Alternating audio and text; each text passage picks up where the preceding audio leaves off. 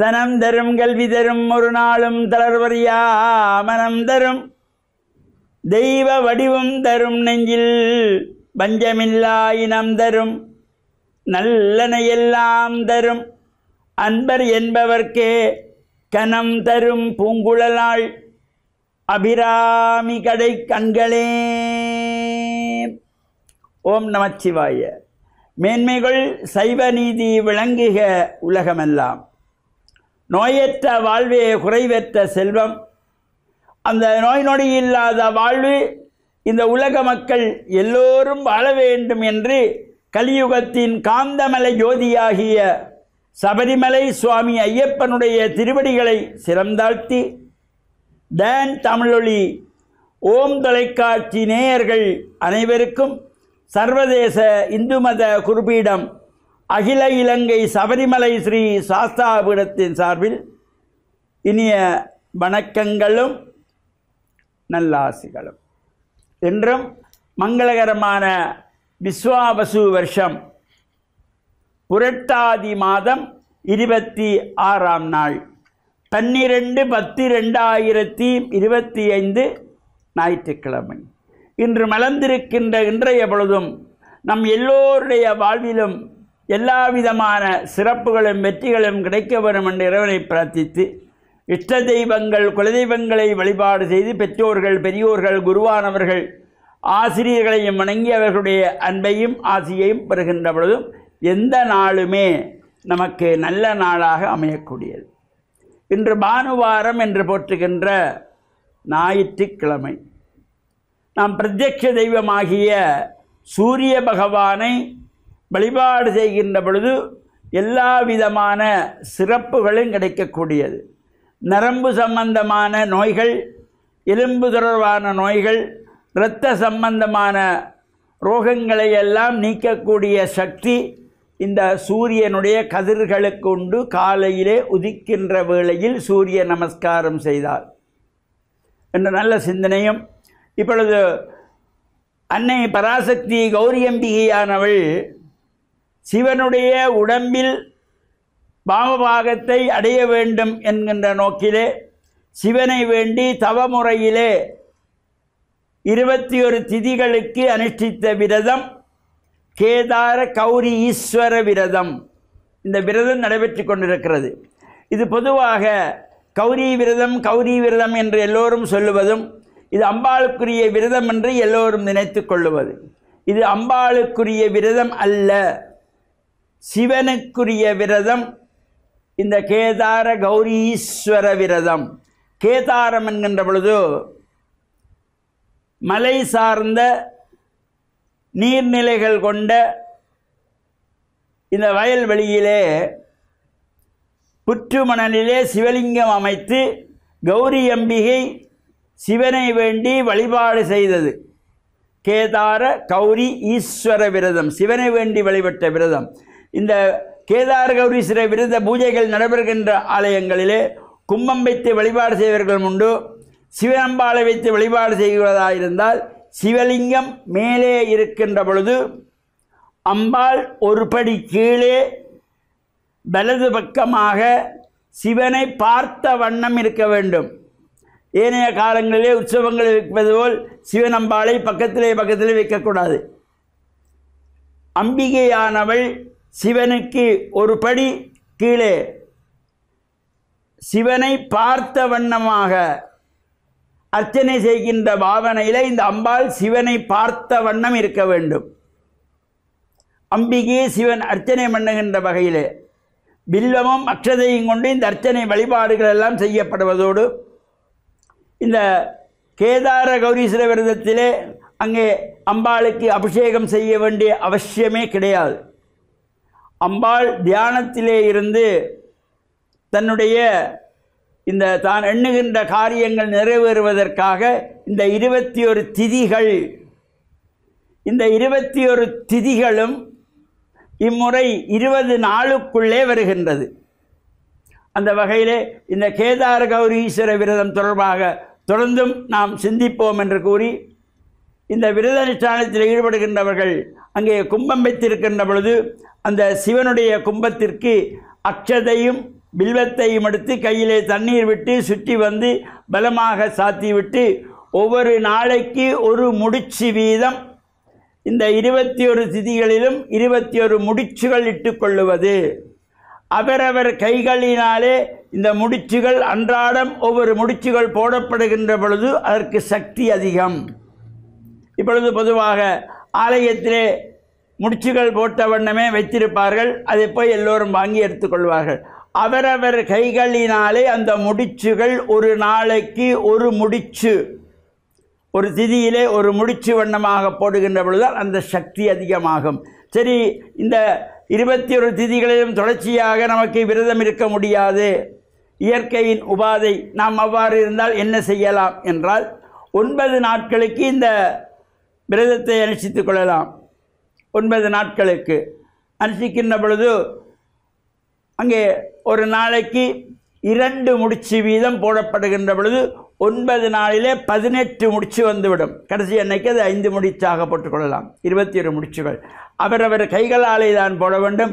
அது மட்டுமல்ல, இந்த கேதார கௌரீஸ்வர நோன்பிருந்த இந்த காப்பினை பெண்கள் இடது கையிலே கட்டப்படுகின்ற பொழுது கணவனால் மட்டும்தான் கட்ட வேண்டும். இது வேறு ஆடவர்கள் கட்ட முடியாது. ஒரு பெண்ணுக்கு தாலி எப்படி முக்கியமோ அதேபோல உடம்பில் பாதியை பெறுவதற்காக அம்பிகை அனுஷ்டித்த இந்த விரத அனுஷ்டானத்திலே வருகின்றதாகிய நோன்பு கயிறு தாலிக்கு சமமானது. கணவனை தவிர வேறு எந்த ஆண்களும் இந்த கயிற்றை பெண்களுக்கு கட்டிவிடக்கூடாது. ஆலயத்தில் இருக்கின்ற குருமார்கள் ஒரு வெற்றிலையிலே அந்த நோன்பு கயிற்றை வைத்து அதை கொடுக்க வேண்டுமே தவிர அவர்கள் கட்டக்கூடாது என்ற நல்ல எண்ணம் ஒவ்வொருவருடைய உள்ளத்திலும் பெற வேண்டும் என்று பிரார்த்தித்து, டான் தமிழொலி ஓம் தொலைக்காட்சி நேயர்கள் அனைவருக்கும் சர்வதேச இந்து மத குருபீடம் அகில இலங்கை சபரிமலை ஸ்ரீ சாஸ்தாபீடத்தின் சார்பில் நல்லாசிகளை கூறிக்கொள்வதில் மன மகிழ்வு கொள்கிறோம். சர்வே ஜனாக சுகினோ பவந்து சமஸ்த சன் மங்களானி சன் சுபம்.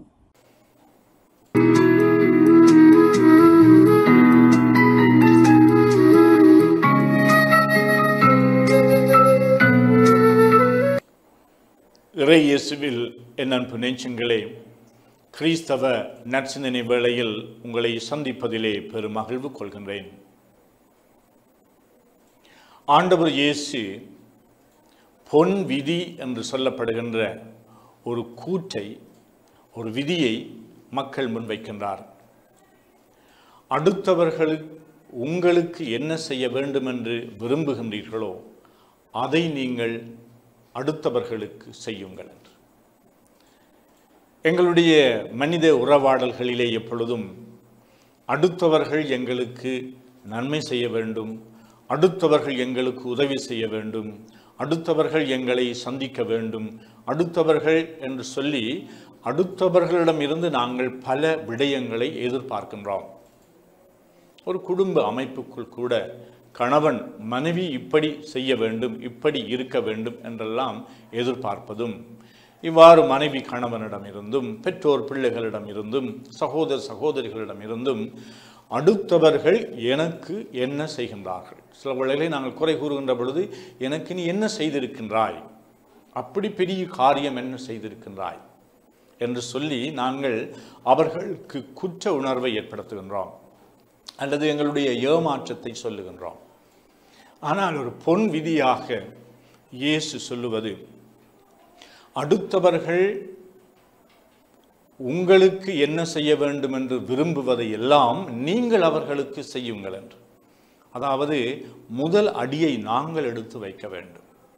எதிர்பார்ப்பதிலும் எதிர்பார்க்கப்படுவதை நாங்கள் அவர்களுக்கு செய்வது என்பது அவ்வளவு சுலபமான விடயம் அல்ல. ஏனென்றால் நாங்கள் இயற்கையாகவே சுயநலவாதிகளாக அல்லது எங்களுடைய நலத்தையும் எங்களுடைய வளர்ச்சியையும் எங்களுடைய சுகங்களையும் பார்ப்பதனாலே அடுத்தவர்கள் எங்களுக்கு இப்படியெல்லாம் செய்ய வேண்டும் என்று விரும்புவோம். இங்கு அடுத்தவர்களுக்கு நாங்கள் செய்கின்ற பொழுது எங்களுடைய சுயநல எல்லைகளையெல்லாம் கடந்து அடுத்தவர் என்ற உணர்வோடு நாங்கள் அவர்களுக்கு சேவை புரிய விரும்புகின்றோம், அவர்களை மகிழ்விக்க விரும்புகின்றோம், அவர்களுக்கு நன்மை செய்ய விரும்புகின்றோம், அவர்களுடைய வளர்ச்சி எனக்கு முக்கியமானது என்று இவ்வாறு பெற்றோர்கள் தங்களுடைய பிள்ளைகளுக்கு எதையெல்லாம் செய்ய வேண்டுமோ அதை அவர்கள் உணர்ந்து முன்கூட்டியே திட்டமிட்டும் செய்வார்கள்.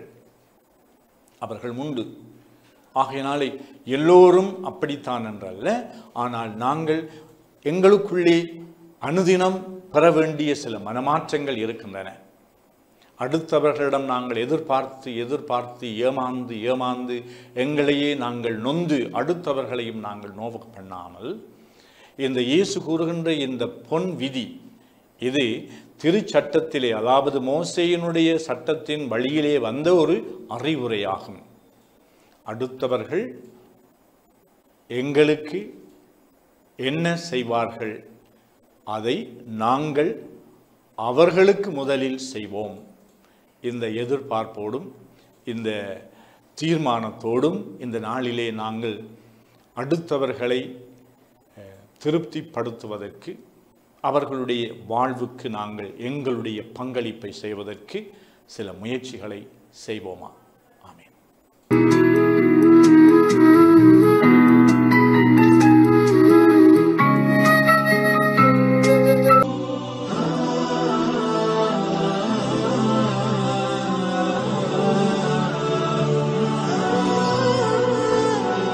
பிஸ்மில்லாஹிர் ரஹ்மானிர் ரஹீம். இஸ்லாமிய நற்சிந்தனையோடு இணைந்திருக்கக்கூடிய நேயர்கள் அனைவருக்கும் அஸ்ஸலாமு அலைக்கும் வரஹ்மத்துல்லாஹி வபரகாத்துஹு. இன்றைய நற்சிந்தனையில் ரசூலுல்லாஹி ஸல்லல்லாஹு அலைஹி வஸல்லம் அவர்களுடைய மன்னிக்கக்கூடிய உணர்வு, விட்டு கொடுக்கக்கூடிய பண்பு எப்படி இருந்தது என்பதை சில வரலாற்று தொகுப்புகளினூடாக உங்களுடைய கவனத்திற்கு கொண்டு வரலாம் என்று ஆசைப்படுகின்றேன். அன்புள்ள சகோதர சகோதரிகளே, ரசூலுல்லாஹி ஸல்லல்லாஹு அலைஹி வஸல்லம் அவர்கள் இந்த உலகத்திலே எவரும் துன்புறுத்தப்படாத அளவுக்கு, எவரும் சித்திரவதை செய்யப்படாத அளவுக்கு துன்புறுத்தப்பட்டார்கள், கஷ்டப்படுத்தப்பட்டார்கள், சொல்லனா துன்பங்களை அனுபவித்தார்கள். அந்த நேரங்களிலெல்லாம் நபிகளார் ஸல்லல்லாஹு அலைஹி வஸல்லம் அவர்கள் விட்டு கொடுக்கக்கூடியவர்களாக, மன்னிக்கக்கூடியவர்களாக இருந்தார்கள் என்பதை வரலாறு எங்களுக்கு சொல்லிக் கொண்டிருக்கின்றது. குறிப்பாக சொல்வதாக இருந்தால், ஒரு சந்தர்ப்பத்திலே நபிகளார் ஸல்லல்லாஹு அலைஹி வஸல்லம் அவர்களுக்கு ஆட்டிறைச்சியை பொரித்து அதன் முன்னஞ்சந்தில் நஞ்சை ஊட்டி நபி அவர்களை கொலை செய்வதற்காக வேண்டி ஒரு பெண்மணி திட்டம் தீட்டுகின்றாள், சதித்திட்டம் செய்கின்றாள். அந்த நேரத்திலே நபி அவர்கள் ஓரிரு துண்டுகளை உட்கொண்டதற்கு பிறகு அல்லாஹு தஆலா நபி அவர்களுக்கு அந்த செய்தியை அறிவிக்கின்றான், இந்த மாமிசத்திலே நஞ்சூட்டப்பட்டிருக்கின்றது, சாப்பிட வேண்டாம் என்று. உடனே சாப்பிடுவதை நிறுத்திவிட்டு தோழர்களையும் சாப்பிட வேண்டாம் என்று தடுத்துவிட்டு அந்த பெண்மணியை அழைக்கின்றார்கள் அல்லாஹ்வின் தூதர். அழைத்து விசாரணை செய்கின்றார்கள். ஏன் இப்படி செய்தீர்கள் என்று கேட்ட நேரத்திலே அந்த பெண்மணி அரத்து கத்தலக்க, உங்களை கொலை செய்வதற்கு நான் விரும்பினேன், அதனால்தான் இந்த வேலையை செய்தேன் என்று சொல்லுகின்றார்கள். அந்த நேரத்தில் நபி அவர்களோடு படை தளபதிகள் கூட இருக்கின்றார்கள். நபி அவர்கள் ஒரு சைக்கினை செய்திருந்தால் போதும் அந்த பெண்ணை கொலை செய்திருப்பார்கள். அப்படி இருந்தும் கூட சஹாபாக்கள் கேட்கின்றார்கள், அல்லாஹ்வின் தூதரே, அந்த பெண்ணை நாங்கள் கொலை செய்து விடட்டுமா? உங்களை கொலை செய்வதற்கு சதித்திட்டம் செய்த இந்த பெண்ணை நாங்கள் கொலை செய்து விடட்டுமா என்று கேட்ட நேரத்திலே நபிகளார் ஸல்லல்லாஹு அலைஹி வஸல்லம் அவர்கள் இல்லை, விட்டு விடுங்கள் என்று சொன்னார்கள். இந்த அளவுக்கு எதிரிகளை கூட பழிவாங்குகின்ற அந்த வாய்ப்பு தன்னுடைய கையில் இருக்கின்ற நேரத்திலும் கூட நபி அவர்கள் மன்னித்தார்கள் என்ற வரலாறு இந்த இஸ்லாத்திலே சொல்லப்பட்டிருக்கின்றது என்றால், இந்த அளவுக்கு எதிரிகளை கூட மன்னிக்கக்கூடியவர்களாக இருந்தார்கள். அது மாத்திரமின்றி நபிகளார் ஸல்லல்லாஹு அலைஹி வஸல்லம் அவர்கள் அன்று சாப்பிட்ட அந்த மாமிச துண்டுகள் தான் அவருக்கு மரண தருவாயிலே அவரை மிகவும் வேதனைப்படுத்தியது என்பதை ஹதீஸ்கள் எங்களுக்கு சொல்லிக் கொண்டிருக்கின்றன. அப்படியென்றால் நபி அவர்கள் மரணிப்பதற்கே காரணமாக இருந்த எதிரிகளை கூட மன்னித்த வரலாறுகள் இஸ்லாத்திலே இருக்கின்றது. அதே போன்று எங்களுக்கு தெரியும், ஒரு முறை யமாமா பிரதேசத்திலே ஒரு கோத்திர தலைவராக இருந்த சுமாமா என்ற ஒருவர், அவர் இஸ்லாத்திற்கு வருவதற்கு முன்னால் பல சூழ்ச்சிகளை செய்தவர், இஸ்லாத்திற்கு பல சதிகளை செய்தவர், பல தோழர்களை கொன்று குவித்தவர். அப்படிப்பட்ட அநியாயங்களை செய்த ஒருவர் கைதியாக பிடித்து வரப்பட்டு மஸ்ஜிது நபவியின் தூணிலே கட்டப்பட்டு வைக்கப்பட்டிருக்கின்றார். அந்த நேரத்திலே நபி அவர்கள் முதல் நாள் அவரிடத்திலே வந்து அந்த தோழரை பார்த்து, சுமாமாவே, உங்களிடத்திலே என்ன இருக்கின்றது, நீங்கள் என்ன சொல்லுகிறீர்கள் என்று கேட்ட நேரத்திலே, என்னிடத்தில் ஒரு நல்ல செய்தி இருக்கின்றது, நீங்கள் என்னை மன்னித்தால் நன்றி உள்ளவனாக நான் இருப்பேன், நீங்கள் என்னை கொலை செய்தால் நான் கொலை செய்யப்படுவதற்கும் தகுதியானவன், உங்களுக்கு பொருளாதாரம் வேண்டுமென்றால் கேளுங்கள், தருகின்றேன் என்று சொல்லுகின்றார்கள். நபி அவர்கள் மௌனமாக சென்று விடுகின்றார்கள். இரண்டாவது நாளும் வந்து அதே கேள்வி, சுமாமாவே உம்மிடத்தில் என்ன இருக்கின்றது என்று கேட்ட நேரத்தில் அதே பதிலை அந்த தோழர் சொல்லுகின்றார். என்னிடத்தில் ஒரு நல்ல செய்தி இருக்கின்றது, நீங்கள் என்னை மன்னித்தால் நன்றியுள்ளவனாக நான் இருப்பேன், என்னை கொலை செய்தால் நான் கொலை செய்யப்படுவதற்கும் தகுதியானவன், உங்களுக்கு பொருளாதாரம் வேண்டுமென்றால் கேளுங்கள், அள்ளி தருகின்றேன் என்று சொல்லுகின்றார்கள். நபி அவர்கள் மௌனமாக சென்று விடுகின்றார்கள். மூன்றாவது நாளும் வந்து அதே கேள்வி, அதே பதில். அதற்கு பிறகு நபி அவர்கள் தோழர்களை பார்த்து சொல்கின்றார்கள். நபி அவர்களுடைய உத்தரவை எதிர்பார்த்து கொண்டிருந்த தோழர்கள், எப்படிப்பட்ட உத்தரவு என்றால் சுமாமாவை கொலை செய்யுங்கள் என்று நபி அவர்கள் எங்கே சொல்லுகின்றார்கள் என்பதை எதிர்பார்த்து கொண்டிருந்த தோழர்களை பார்த்து நபி அவர்கள் எதிர்பாராத ஒரு வார்த்தையை, உத்தரவை பிறப்பிக்கின்றார்கள். எப்படி? அத்லிகு சுமாமா, சுமாமாவை விடுதலை செய்யுங்கள் என்று சொல்லுகின்றார்கள். ஆச்சரியத்தோடு, நபிகளாருடைய கட்டளை அல்லவா, அதை நடைமுறைப்படுத்த வேண்டும் என்ற அந்த உணர்வோடு விடுதலை செய்கின்றார்கள். அந்த சுமாமா என்ற தோழர் உடனே குளித்துவிட்டு வந்து நபிகளாருடைய கையை பிடித்து, அஷ்ஹது அல்லா இலாஹ இல்லல்லாஹ் வ அஷ்ஹது அன்னக ரசூலுல்லாஹ், அல்லாவை தவிர வேறு கடவுள் இல்லை, நீங்கள் அல்லாஹ்வுடைய தூதர் என்று நான் சாட்சி சொல்கின்றேன் என்று சொல்லி இஸ்லாத்தை ஏற்றுக்கொள்கின்றார்கள். நபி அவர்களை பார்த்து சொல்கின்றார்கள், இந்த உலகத்திலேயே நான் வெறுக்கக்கூடிய மார்க்கமாக இஸ்லாம் இருந்தது, ஆனால் இன்று முதல் நான் நேசிக்கக்கூடிய மார்க்கம் இஸ்லாம். உலகத்திலேயே நான் வெறுக்கக்கூடிய பூமியாக இந்த மதீனத்து பூமி இருந்தது, ஆனால் இன்று முதல் நான் நேசிக்கக்கூடிய பூமி இந்த மதீனத்து பூமி. உலகத்திலேயே நான் வெறுக்கக்கூடிய முகமாக இருந்தது உங்களுடைய முகம், ஆனால் இன்று முதல் நான் நேசிக்கும் முகம் உங்களுடைய முகம்தான் என்று நபி அவர்களை பார்த்து சொல்லுகின்றார்கள். எனவே இப்படி பலரை இஸ்லாத்தின் பால் கவர்ந்தது நபிகளாருடைய மன்னிக்கக்கூடிய கொள்கை, விட்டு கொடுக்கக்கூடிய அந்த கோட்பாடு என்பதை இஸ்லாம் சொல்லுகின்றது. எனவே மன்னிக்கக்கூடியவராக, எதிரிகளை கூட மன்னிக்கக்கூடிய அந்த பண்பு நபிகளாருடைய வாழ்க்கையை அலங்கரித்த பண்பு. எனவே மன்னிக்கக்கூடியவர்களாக, விட்டு கொடுக்கக்கூடியவர்களாக இந்த உலகத்திலே வாழ்ந்து உண்மையான முஸ்லிம்களாக மாறுவதற்கு வல்லவன் ரஹ்மான் எனக்கும் உங்கள் அனைவருக்கும் துணை புரிவானாக. வாஹ்ரு தஅவானா அனில் ஹம்துலில்லாஹி ரப்பில் ஆலமீன்.